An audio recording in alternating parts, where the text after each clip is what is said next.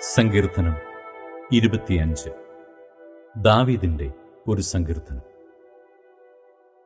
യഹോവേ, നിങ്കലേക്ക് ഞാൻ മനസ്സുയർത്തുന്നു. എന്റെ ദൈവമേ, നിന്നിൽ ഞാൻ ആശ്രയിക്കുന്നു. ഞാൻ ലജ്ജിച്ചു പോകരുതേ. എന്റെ ശത്രുക്കൾ എന്റെ മേൽ ജയം ഘോഷിക്കരുതേ. നിന്നെ കാത്തിരിക്കുന്ന ഒരുത്തനും ലജ്ജിച്ചു പോകയില്ല. വെറുതെ ദ്രോഹിക്കുന്നവർ ലജ്ജിച്ചു പോകും. യഹോവേ, നിന്റെ വഴികളെ എന്നെ അറിയിക്കണമേ. നിന്റെ പാതകളെ എനിക്കുപദേശിച്ചു തരണമേ. നിന്റെ സത്യത്തിൽ എന്നെ നടത്തി എന്നെ പഠിപ്പിക്കണമേ. നീ എന്റെ രക്ഷയുടെ ദൈവമാകുന്നുവല്ലോ. ദിവസം മുഴുവനും ഞാൻ നിങ്കൽ പ്രത്യാശ വയ്ക്കുന്നു. യഹോവേ, നിന്റെ കരുണയും ദയയും ഓർക്കണമേ. അവ പണ്ടേ ഉള്ളവയല്ലോ. എന്റെ ബാല്യത്തിലെ പാപങ്ങളെയും എന്റെ ലംഘനങ്ങളെയും ഓർക്കരുതേ. യഹോവേ, നിന്റെ കൃപപ്രകാരം നിന്റെ ദയനിമിത്തം എന്നെ ഓർക്കണമേ. യഹോവ നല്ലവനും നേരുള്ളവനുമാകുന്നു. അതുകൊണ്ട് അവൻ പാപികളെ നേർവഴി കാണിക്കുന്നു.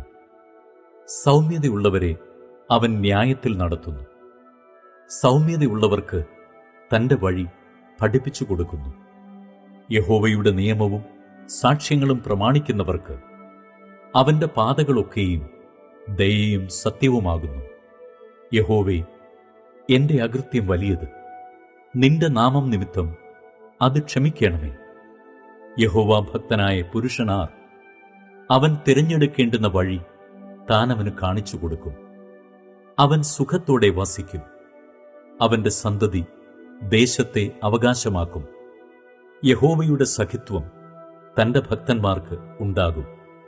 അവൻ തന്റെ നിയമം അവരെ അറിയിക്കുന്നു. എന്റെ കണ്ണ് എപ്പോഴും യഹോവയിങ്കിലേക്കാകുന്നു. അവൻ എന്റെ കാലുകളെ വലയിൽ നിന്ന് വിടുവിക്കും. എങ്കിലേക്ക് തിരിഞ്ഞ് എന്നോട് കരുണയുണ്ടാകണമേ. ഞാൻ ഏകാകിയും അരിഷ്ടനുമാകുന്നു. എനിക്ക് മനപീഡകൾ വർദ്ധിച്ചിരിക്കുന്നു.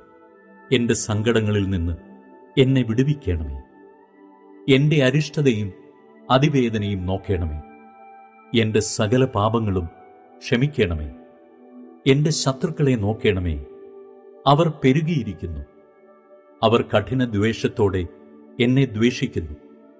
എന്റെ പ്രാണനെ കാത്ത് എന്നെ വിടുവിക്കണമേ.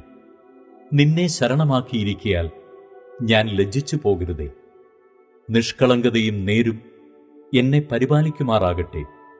ഞാൻ നിങ്കൽ പ്രത്യാശ വച്ചിരിക്കുന്നുവല്ലോ. ദൈവമേ, ഇസ്രായേലിനെ അവന്റെ സകല കഷ്ടങ്ങളിൽ നിന്നും വീണ്ടെടുക്കണമേ.